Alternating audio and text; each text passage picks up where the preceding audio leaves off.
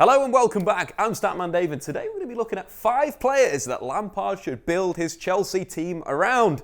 Make sure, of course, if you are new, to subscribe to Statman Dave and turn the notification bell on. Like that goddamn video anyway. Let's get this party started. Frank Lampard has been confirmed as Chelsea manager on a 3-year deal, bringing with him assistants Jody Morris and Chris Jones to Stamford Bridge. After an interesting season with Maurizio Sarri finishing 3rd and winning the Europa League, but falling out with the club's fan base, Chelsea need another major rebuild. So, here's 5 players that Lampard should build his Chelsea team around next season. First up has to be the nicest man in football, N'Golo Kante. The World Cup winner was key to Chelsea's title win in 2017, playing as a ball-winning midfielder next to the more defensive-minded Nemanja Matic.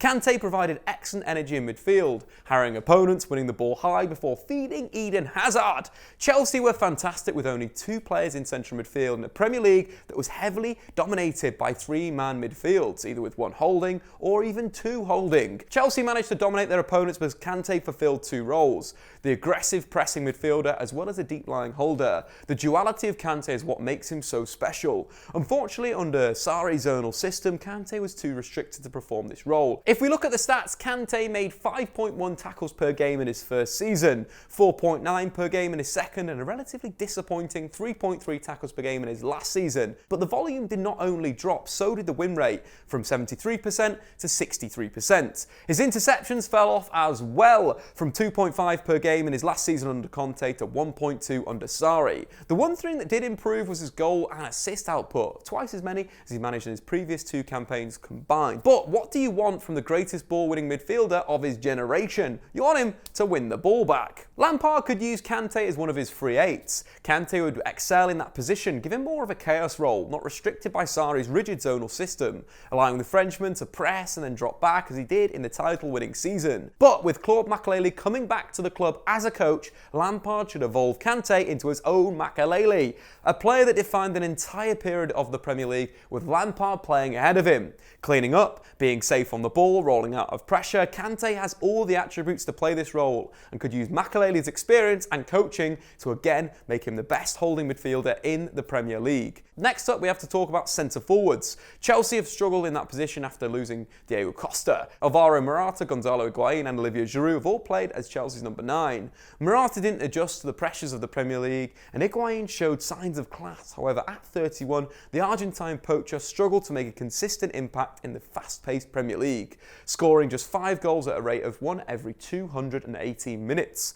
Olivier Giroud has done a decent job, but ultimately is a quality backup, although he was one of only 3 players to score double digits in Europe last season.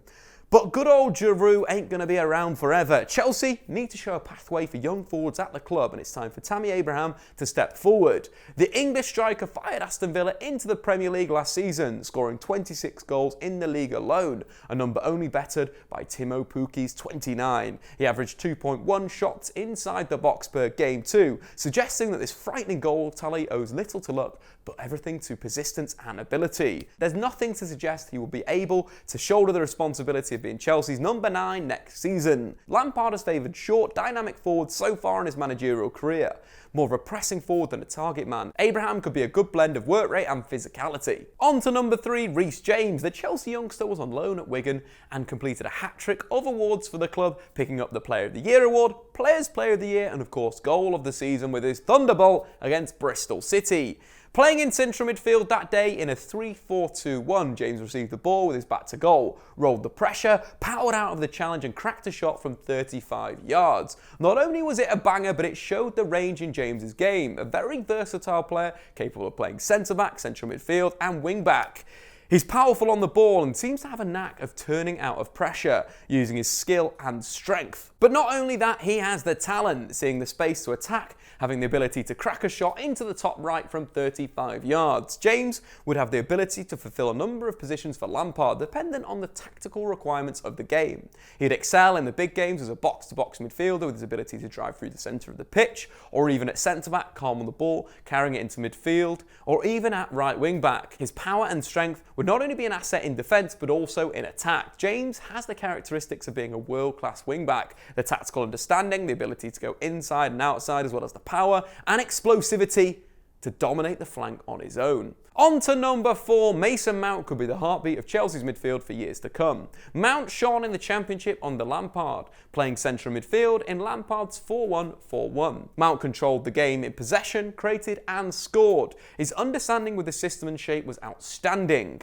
Mount frequently rotated positions with Wilson, with Lawrence and with the centre forward, often finding himself in goal-scoring positions. There's a real calmness about Mount on the ball, independent of where he is on the pitch, what makes him a fine goal-scoring midfielder. In fact, the top scoring player under 21 in the Championship last year. Not only that, but Mount works exceedingly hard off the ball. Derby press their opponents out of the back in a narrow 4-3-3, with their central midfielders acting as the secondary line of pressure. If the press is broken, Derby drop back into a 4-1-4-1, and they change with the two central midfielders rocking and applying pressure on the ball to whichever side of the pitch the ball is on. This requires a high level of work rate, stamina and aggression, and Mason Mount was a key part of the press, making 2.5 tackles per game, showing how complete his game is already at just 20 years old. And finally, we've got to sneak 2 players into this final point. Young forwards Hudson-Odoi and Christian Pulisic. The pair have the ability to light up the Premier League. Hudson-Odoi has it all to be a world-class playmaking forward, and with Chelsea set to hand him the number 10 jersey next season, the stage is set. Another player with incredible potential that has come through at Cobham. Lampard needs to make Hudson-Odoi the fulcrum of his attack from the left-hand side and give him the freedom that he gave Harry Wilson at Derby. Wilson was Derby's top scorer last season with 16 goals in the league and frequently popped up all over the pitch, a role that would get the best out of Hudson-Odoi. It allowed the 18-year-old to drift in pockets of space to playmake, to make runs in behind from centre forward, and then drift to the flanks to pick up the ball and then run with the ball at his feet. But unfortunately, we'll have to wait until October before we can see the youngster return from injury and play under Lampard. Pulisic, on the other hand, is a more direct winger, averaging 4.9 dribbles per game in the Champions League last season. The American's end product needs work, but there's game-changing talent there. We could see Lampard deploy the former Borussia Dortmund man centrally, similar to how he plays for the national team, to maximise his impact on the dribble, either at central midfield, attacking midfield, false 9, or in the central winger role. But anyway, guys, what do you think? Who will be Lampard's most important player next season? Make sure, of course, to like the video, subscribe if you're new, and turn the notification bell on, and I'll see you later. Thanks for watching. If you've enjoyed this video, why not check out some more content on the Statman Dave YouTube channel?